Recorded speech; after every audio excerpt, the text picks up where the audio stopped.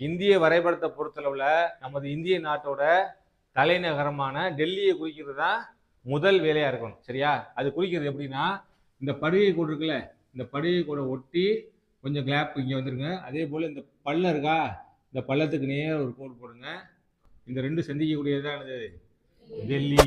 1857ஆம் ஆண்டு பெரும் புரட்சியில சம்பந்தப்பட்ட மிக முக்கியமான இடங்கள் டெல்லிக்கு அருகில் இருக்கக்கூடிய மீரட், டெல்லிக்கு மேல கரெக்டா அம்பாலா, அதுக்கப்புறம் அமிர்தசரஸ், அதாவது ஜாலியன் வாலாபாக் படுகொலை நடந்த இடம்.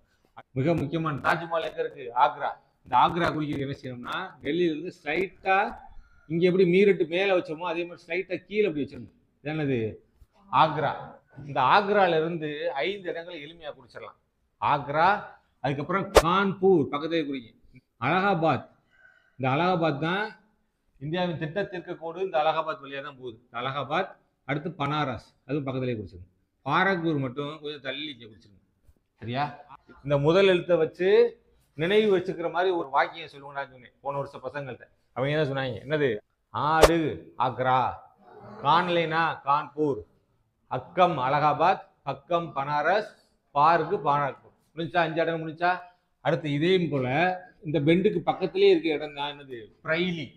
பிரைலியில நமக்கு ரொம்ப முக்கியமான காய் என்னன்னா கோவக்காயும் சவுச்சவும் அப்படின்னு நினைவு வச்சுக்கோங்க. கோவக்காயும் சவுச்சவும் சமைச்சு பார்க்க போறோம். இப்படி பாருங்க, இது என்னது? பிரைலி. இது லக்னோ, இது கோரக்பூர், கோரக்பூர். இந்த இடம் சௌரி, சௌரா. இந்த இடம் சம்பரான். இந்த இடத்துக்கு பேரு பாட்னா. சரியா? இந்த ராணாவு கட்சிக்கு நேரா ஜான்சி, டெல்லிக்கு நேரம் குவாலியர். ஜான்சி குவாலியர் முடிச்சாச்சு. அடுத்து மிக முக்கியமான இடம் அப்படின்னா, நம்ம காந்தி பிறந்த மண்ணுக்கு வந்துட்டோம். இதுதான் குஜராத் பகுதி. தலைவிடாக்கு மேலே எனக்குள்ள வச்சுட்டீங்கன்னா அது என்னது? சபர்மதி ஆசிரமம்.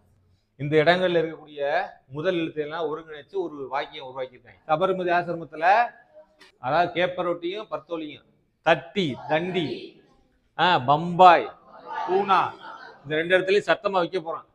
சதாரா. இது என்னது? சதாரா. இந்த இடம் பேர் என்னது? சதாரா. இப்ப என்ன, தட்டுற நேரத்துல ஒரு வாசனை கிடைக்கும். அதான் நாக்குல எச்சி ஊடுற இடம். அது என்னது? நாக்பூர்.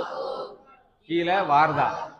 அப்புறம் நம்ம தமிழ்நாட்டுல சென்னையோட அன்றைய பேர் என்னது? மதராஸ். அதனால மதராஸ் போடுறோம். இங்க நம்ம தமிழ்நாட்டுல உப்பு சத்தியாகிரகம் நடைபெற்ற இடம் வேதாரண்யம். அதுவும் கட்டாயம் கேட்பாங்க, வேதாரண்யம். இது போக ஒரு இடம் என்னது? சிட்டகம். முடிஞ்சா? இது மாதிரி படிச்சீங்கன்னா 42வது வினாவை பொறுத்தளவுல 5க்கு 5 உறுதியா எடுத்துடலாம். எடுத்துடலாமா?